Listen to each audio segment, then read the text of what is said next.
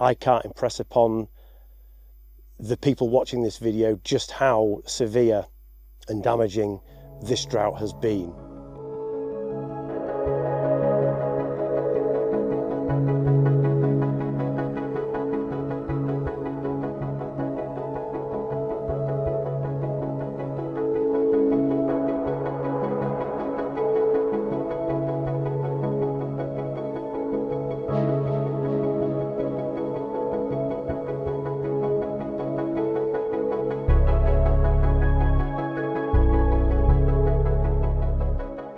So where do we start? Well, this is 3 droughts in 5 years now, and it's putting a massive strain on many things, at least, not least of all water.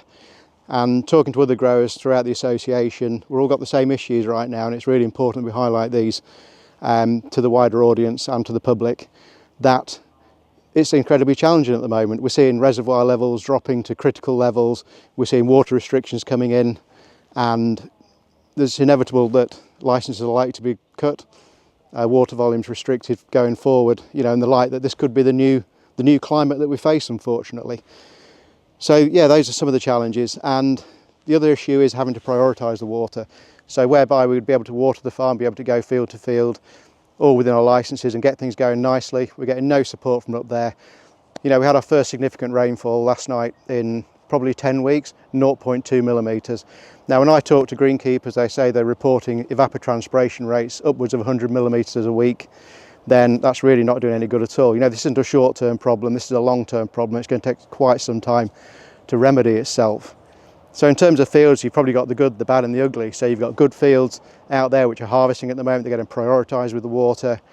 We've got the not so good fields, we won't call them bad, not to be too negative about it, but these are fields that are going to require probably further inputs, some overseeding perhaps, all additional cost, and also going to take a lot longer to produce. So they may add another 3 to 4 months production time, and with that there's obviously costing built into that. Then we've got the ugly, where growers are probably looking at fields and saying this is not worth the input anymore, it's being ploughed in and the grower has to take the loss. It's a sad scene, a sad scenario, but that's where we're at the moment. And this isn't a doom and gloom video, this is reality, and like I say, it's affecting the wider area, and it can take some significant rainfall to put this right. I'm Harry Seal, Group Farms Manager here at Harrowden Turf.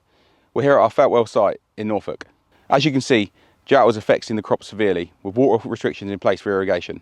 We're now solely reliant on reservoir water, with decisions having to be made whether we leave production turf and making sure harvest fields are ready. Turf off-site where no reservoir water is available has had to be left without any irrigation. The cost of this will be huge, as overseeding will have to take place, as a lot of this turf should have been mown and in full swing of being irrigated, mown, fertilised, sprayed, all ready for next spring production.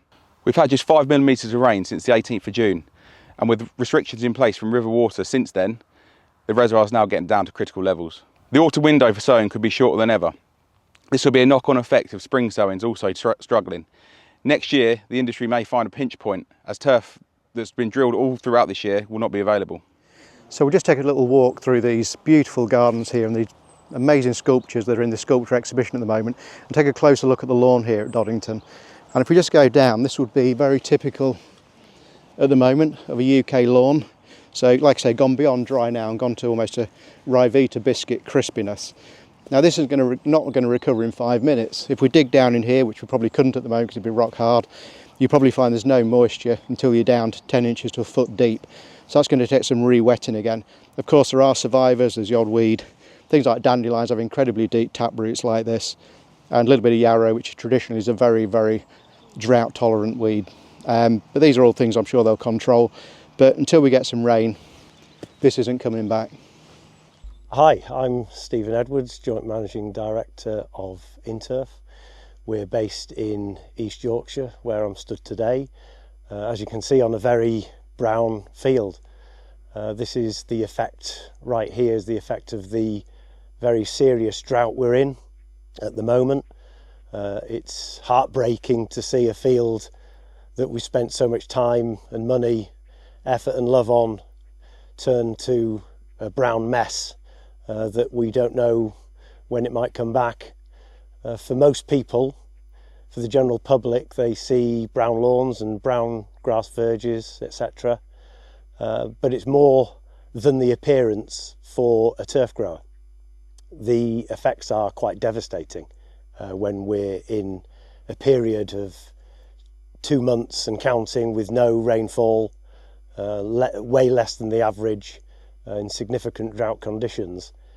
So for a turf grower, that means a number of things. First of all, no sales, because nobody wants to lay turf and not be able to water it, albeit there is a 28-day exemption on temporary use bans on some water authorities on freshly laid turf.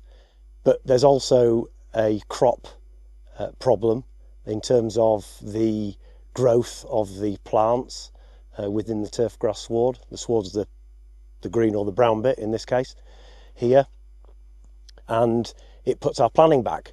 So next year there's a potential we won't have a lot of turf in the industry to sell in the market. There could be a high demand, which could be a good thing, but most turf growers will need to get to that point, and getting to that point is the challenge.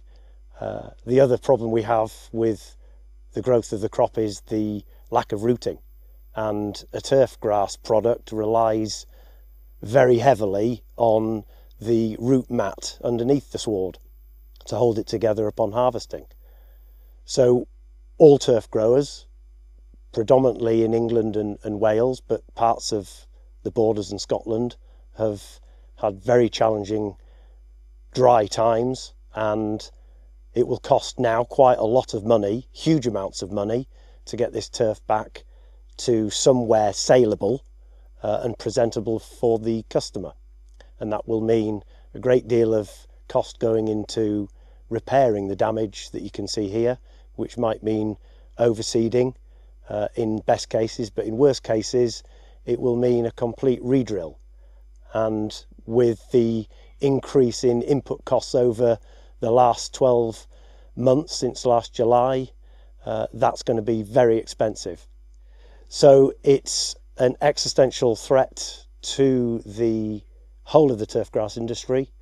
I'm not sure whether some of our friends and colleagues across the country will even be growing turf this time next year, because sadly some of those businesses might not survive. And I can't impress upon the people watching this video just how severe and damaging this drought has been.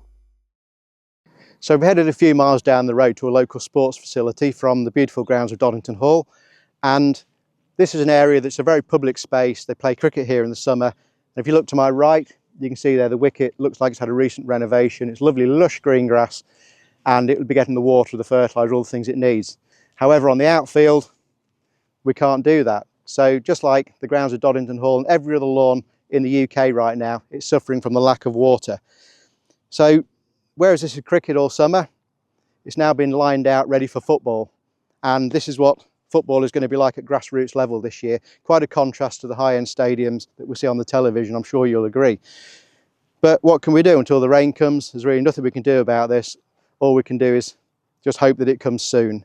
Not in a big flood, but in nice gentle, few millimetre at a time, just to soak the profile through gently and get everything re-wetted so this grass can recover and make a softer landing for the players.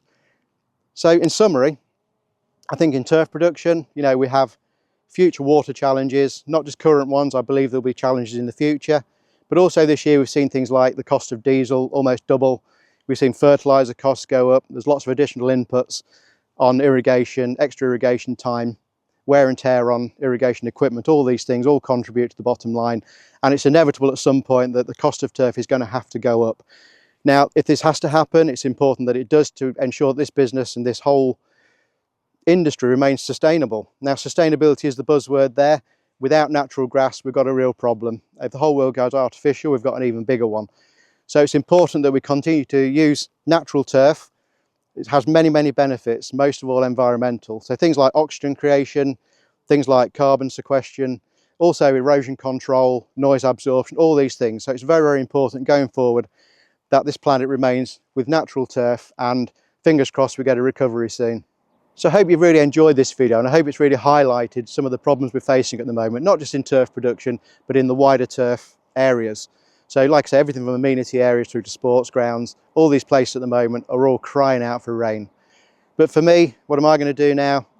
I'm going to go do my daily rain dance. I'm going to go back to the office and I'm going to get on with my day. So thank you for watching, and let's hope it happens soon.